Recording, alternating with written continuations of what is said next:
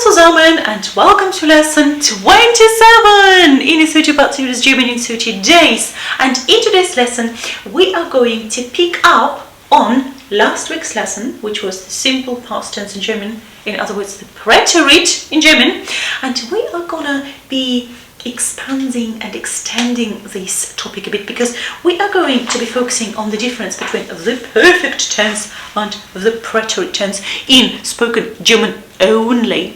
Now, why is this important? Because in foreign language teaching and learning like EFL, English as a foreign language, or DAF, Deutsch als Fremdsprache, so German as a foreign language, the communicative approach has been in place since the 1960s, if I'm not mistaken, which means that it is primarily the goal for you guys to start communicating in the foreign language that you are learning. And so, in German, it is of primary importance to differentiate between these two tenses when it comes to spoken German, because both are deployed or used, right, to a different degree, to a different extent, yet it is important to know when to use which. Okay, so let's begin this lesson.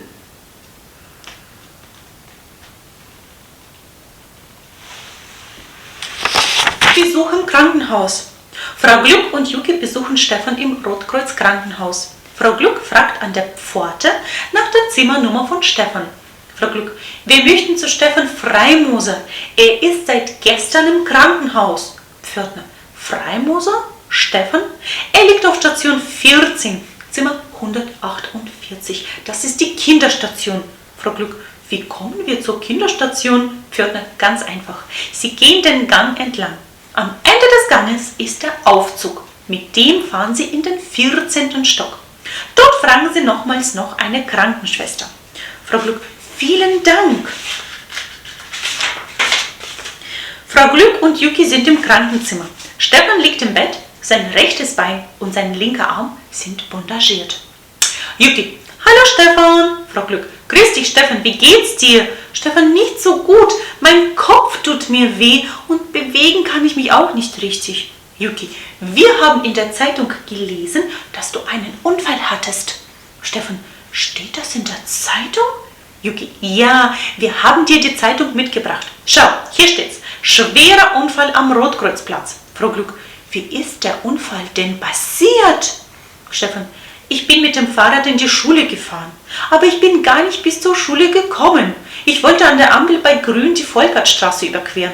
Doch da war plötzlich ein blaues Auto auf dem Zebrastreifen. Wir sind zusammengestoßen und ich bin vom Fahrrad gefallen und am Boden liegen geblieben. Yuki, was ist mit deinem Bein und deinem Arm?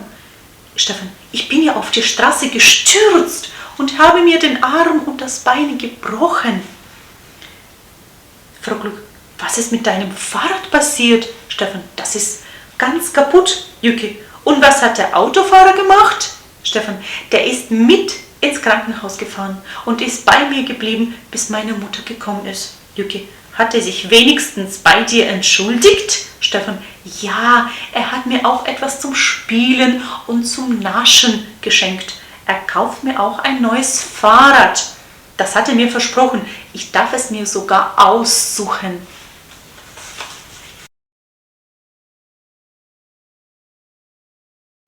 When we're having a genuine conversation in German and we're speaking with somebody and we're talking about past events, which tense do we have to use? The perfect tense, das Perfekt, or the preterite tense, das Präteritum.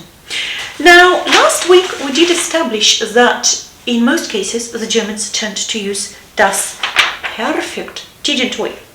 Yet, with such crucial and highly irregular verbs as sein, haben, werden and all the modal verbs können, müssen, dürfen, sollen, wollen, möchten, das Präteritum is preferred, especially when the adverb of time is at the beginning of a sentence. Let's examine today's text a bit closer because it contains a lot of evidence that the preterite is preferred with haben, sein, werden and the modals. Beispiel Nummer 1. Stefan says, ich wollte die Ampel überqueren, doch da war plötzlich ein blaues Auto. Instead of saying, ich habe die Ampel überqueren wollen, doch da ist plötzlich ein blaues Auto gewesen. Interesting. Beispiel Nummer 2. Am Montag hatte ich viel zu tun. Instead of saying, am Montag habe ich viel zu tun gehabt, which you can hear as well in spoken German, but again, the preference is definitely the preterite, okay? So ich hatte viel zu tun. Now, in questions, both the perfect and preterite are used with haben and sein. Like, warst du schon einmal in Amerika? Is synonymous with bist du schon einmal in Amerika gewesen? Right? So both variants are equal. Hattest du dort eine schöne Zeit? Hast du dort eine schöne Zeit gehabt? Okay? So it's sort of up to you which one do you want to use in spoken German in questions with haben and sein. Okay? Right, exercise number 1. The underlined preterite forms are not generally used in the spoken language. Replace these forms with the perfect. Nummer 1. Yuki, ich rief letzte Woche bei dir an. Okay, ich habe letzte Woche bei dir angerufen. Separable verb. Tobias, tut mir leid, aber ich war die ganze Woche in Frankfurt. Okay, so he does not say, ich bin die ganze Woche in Frankfurt gewesen.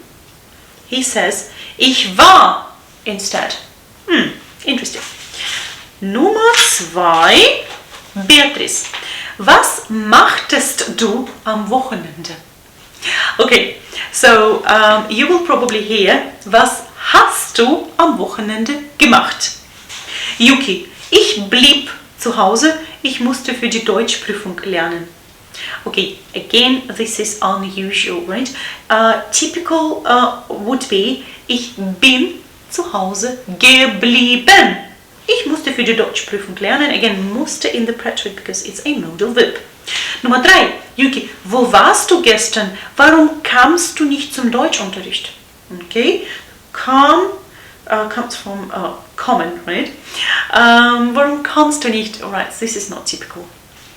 Instead, you would hear, wo warst du gestern? Warum bist du nicht zum Deutschunterricht gekommen? Okay, I think it implies more dynamics, doesn't it? Maria, ich war krank. Again, war instead of bin gewesen. Nummer 4, Maria, warum kamst du nicht zum Wandern mit? Okay, this is a separable one, again with the verb kommen, right? Warum bist du nicht zum Wandern mitgekommen? Beatrice, ich wollte einmal ausschlafen. Nice reason. Exercise number 2. Make sentences saying what you did while you were on holiday. Okay, so on holiday we've got lange schlafen. Im Urlaub habe ich lange geschlafen. Nummer 1. Spät ins Bett gehen. Im Urlaub bin ich spät ins Bett gegangen. Right? Bin ich spät ins Bett gegangen. Nummer 2. Gut frühstücken. Im Urlaub habe ich gut gefrühstückt. Nummer 3. Ins Schwimmbad gehen. Im Urlaub bin ich ins Schwimmbad gegangen. Nummer 4, in die Sauna gehen. Im Urlaub bin ich in die Sauna gegangen. 5, Zeitung lesen. Im Urlaub habe ich Zeitung gelesen. Is this all? Yeah. Let's complete the last exercise for today, which is exercise number 3. Complete the sentences with bremsen, überholen, Ausfahrt, sperren. Use the correct tense. Nummer 1. Die Ampel schaltete auf Gelb und er bremste.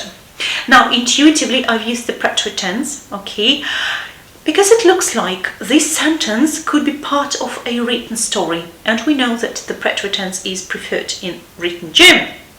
Also, the author chose, for some inexplicable reason, the preterite tense to describe the first activity in the sentence, and I just follow his example. It's called consistency in writing, so be consistent also with your tenses. Nummer 2. Wir sind gleich da. Bei der nächsten Ausfahrt musst du von der Autobahn runter. Nummer 3. Wegen eines schweren Verkehrsunfalls war die Autobahn gesperrt. 4.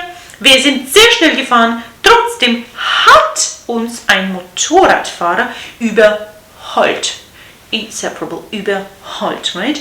Again, sind gefahren, hat überholt, right? Consistency of tenses. I hope it's been helpful. I hope that you could consolidate your knowledge a little bit and that you now know when to use the perfect tense, das Perfekt, and when to use the preterite tense, das Präteritum, in spoken German.